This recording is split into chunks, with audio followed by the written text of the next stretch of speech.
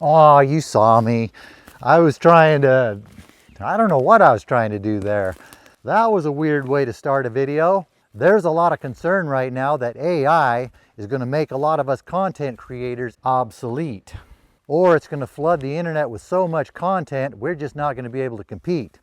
It's already made it difficult for bloggers. Some have gone out of business. There is some concern that AI will even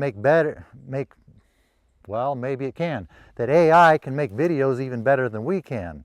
I've seen some AI generated videos.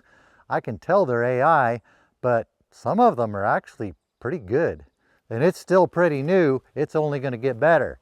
I asked AI this question: can you write a humorous YouTube video script about managing a Douglas fir forest? Give useful information for a landowner who wants to generate income while maintaining forest health and wildlife diversity.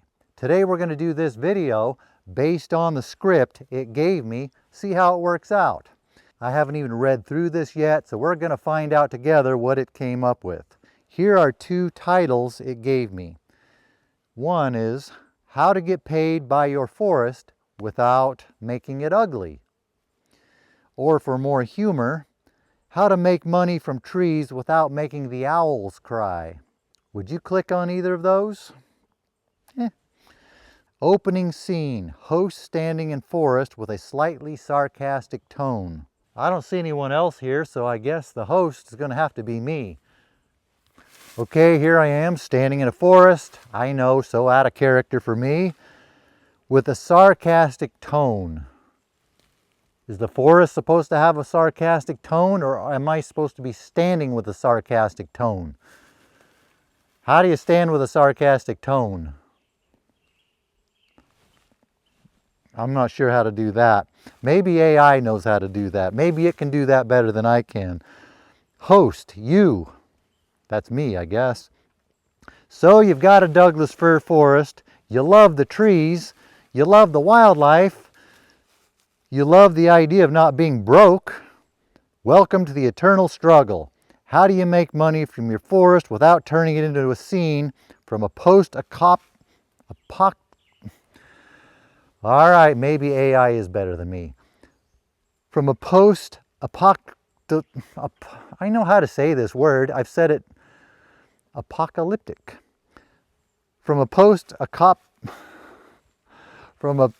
I just said it a bit ago, from a post-apocalyptic lumber movie. Camera pans to a beautiful forest, then to a cartoonishly devastated clear cut for contrast. Okay, here we go, panning through a beautiful forest. Then to a cartoonishly devastated clear cut for contrast. I'm not sure how to do cartoonish, but I think I have a picture of a clear cut I can show you here. Today we're diving into how to manage Douglas fir for both income and biodiversity. Yes, it's possible. No, it doesn't involve selling your soul to the highest bidder with the biggest skidder. Not bad. Segment 1, what you're working with. Douglas fir, Pseudotsuga menziesii, aka the tree that built America, provides habitat and drops cones big enough to bruise your foot.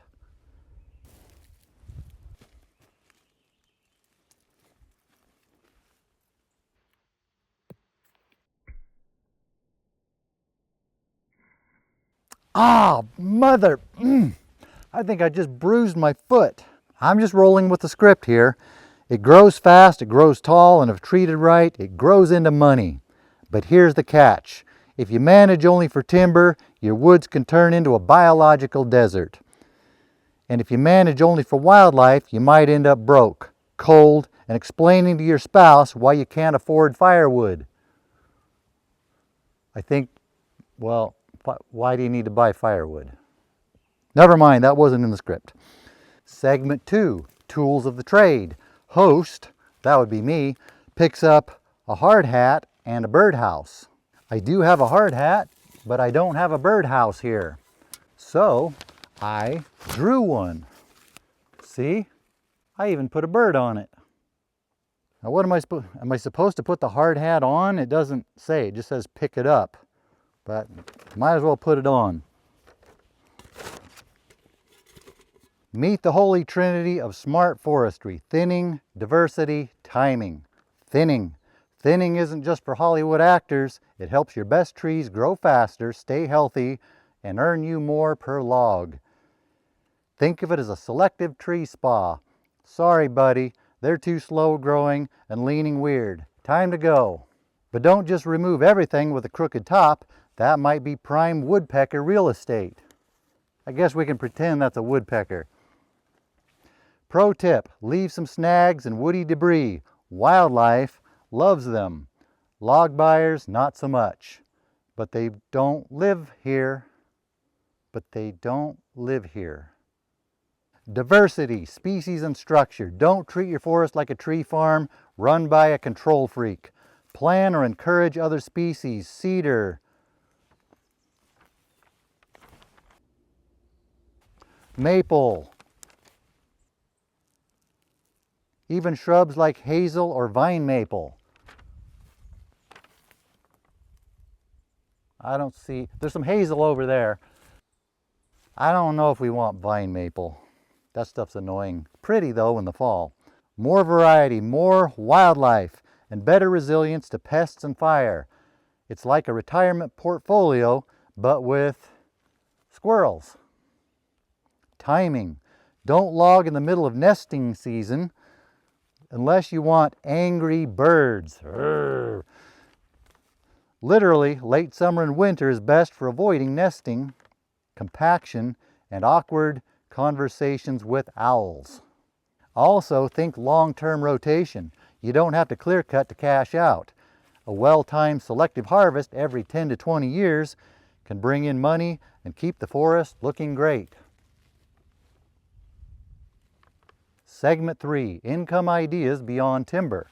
Host, that would be me, holding a basket of mushrooms and maple syrup. I don't have a basket of mushrooms here or a basket of maple syrup. So I drew one. I'm not sure if it wants to have the mushrooms and the maple syrup in the same basket or if it wants to have them each have their own basket. But I did 2 baskets. This one has an M for mushrooms. There's the mushrooms. This one has an M for maple syrup. The bird pecked the side of the basket and it caused the maple syrup inside to jiggle around. And these are the waves from the maple syrup jiggling around, and some of it spilled over the side. That's what can happen if you put too much maple syrup in your basket. You want diversity? Let's talk non-timber income. Mushrooms, morels, chanterelles, nature's way of saying you can eat and profit. Recreation leases, hunters, birders. There's a bird. There's an airplane making a bunch of noise. I don't think that was supposed to be in the script. Forest edibles and crafts. Ever tried selling fir tips or pine needle baskets at a farmer's market? It's more lucrative than you think and way more interesting than Excel. And you could use the fir needle baskets to put your maple syrup in. Pour it right in there. I've heard that AI doesn't always get things quite right. Segment 4, mistakes to avoid. Host, that would be me, pointing to a sign, don't do this. Hold on, I'll be right back. I gotta go make a sign now. Okay, now we have a sign. Don't do this. Clear cutting without a plan. You'll lose habitat, soil stability, and your forest's dignity. Ignoring invasives, Scotch broom and Himalayan blackberry will take over faster than your uncle at Thanksgiving. Skipping professional help. A consulting forester can help you make better decisions and sometimes save you more money than they cost. Closing. Host walking through a beautiful, managed forest. That would be me. I guess this is good enough. So yes, you can manage your Douglas fir forest for profit and biodiversity.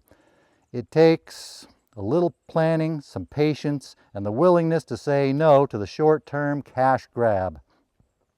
Because what's better than making money from your woods? making money and still being proud to walk through it. Or run through it. That part wasn't in the script. Hit that like button if you want to be a forest millionaire without becoming a villain. Subscribe for more tips to keep your land healthy, productive, and wild. And leave a comment if you've ever argued with a squirrel over logging plans. I know I have. I haven't really. That's just AI saying that. I haven't argued with any squirrels over forest plans. I've had plenty of other arguments with squirrels over other things, but not that. But if you have argued with a squirrel over logging plans, make sure you leave that in the comment because AI said so. There we have it, an AI generated video. Was any of that useful? Did we get anything out of that? I don't think AI is quite up to the job to take over the channel yet, and I prefer it doesn't. It reminds me of a wise old saying I'll leave you with. You don't want to pour your maple syrup into one basket, especially if there's a bird around that might peck the side of it, cause the syrup to slosh around inside and have some of it spill out. It's going to be such a pain to clean up that sticky mess. That is why you want to pour your syrup into more than one basket.